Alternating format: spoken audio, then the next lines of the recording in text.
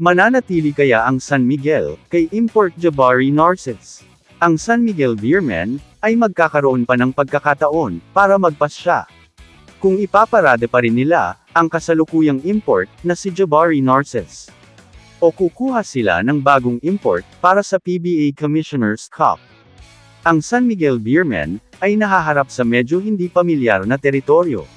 Nabigo ang mga nagdedepensang kampyon na magmukhang dominanteng koponan sa nakalipas na dekada, sa kabila ng malakas na pagganap ng mga lokal nito.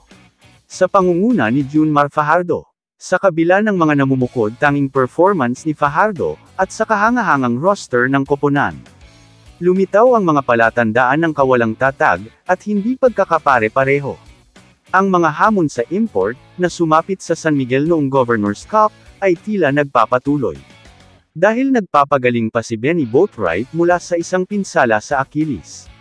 Ang koponan ay umikot na sa 3 import sa ngayon, at posibleng higit pa. Habang nagpapatuloy ang kanilang mga laro. Ang tanong ngayon ay, mananatili ba ang Beermen sa kasalukuyang import nitong si Jabari Narcissus? Sa 3 laro sa PBA, binigyan ni Narcissus ng panalo ang San Miguel. Isang mahirap na tagumpay, laban sa Magnolia Hotshots, kung saan pinagbidahan ni Marshall Lassiter. Sakaling magdesisyon ang SMB na subukan ang swerte nito sa isa pang import.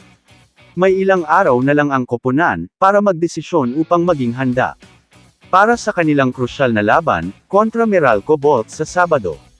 Inihayag naman ni Leo Austria, na dapat daw, ay mabigyan ng maraming minuto si Jeren Teng para sa SMB. Mula nang lumipat siya sa San Miguel, palaging ang hamon para kay Jeren Teng, ay ang pagkuha ng mga minuto, sa isang stacked lineup. Sa pagbabalik ni Leo Austria, bilang head coach, at nag-eksperimento sa kanyang rotation. Gayunpaman, tila mas maraming pagkakataon na, ang darating na minuto para kay Jeren Teng. Dahil sa ipinakita nito sa laro kontra Eastern. At kahit na nananatili silang walang panalo sa EASL, maaaring nakita ni Leo Austria, ang halaga ni Teng. Nang gamitin niya ito, dahil sa hindi paglalaro ng ibang key players.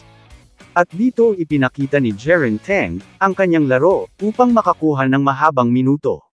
Pagkatapos ng laro ng SMB laban sa Hong Kong Eastern, nagtala ang dating LaSalle superstar, ng 4 na puntos.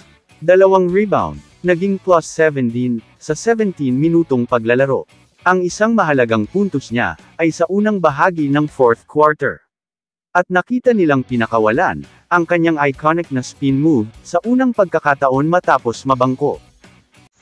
Kamusta mga idol? Sportszone PH, para sa sports news and update. Kung bago ka pa lamang dito sa channel ko, pindutin mo na ang subscribe button at notification bell, para lagi kang update sa mga sports news.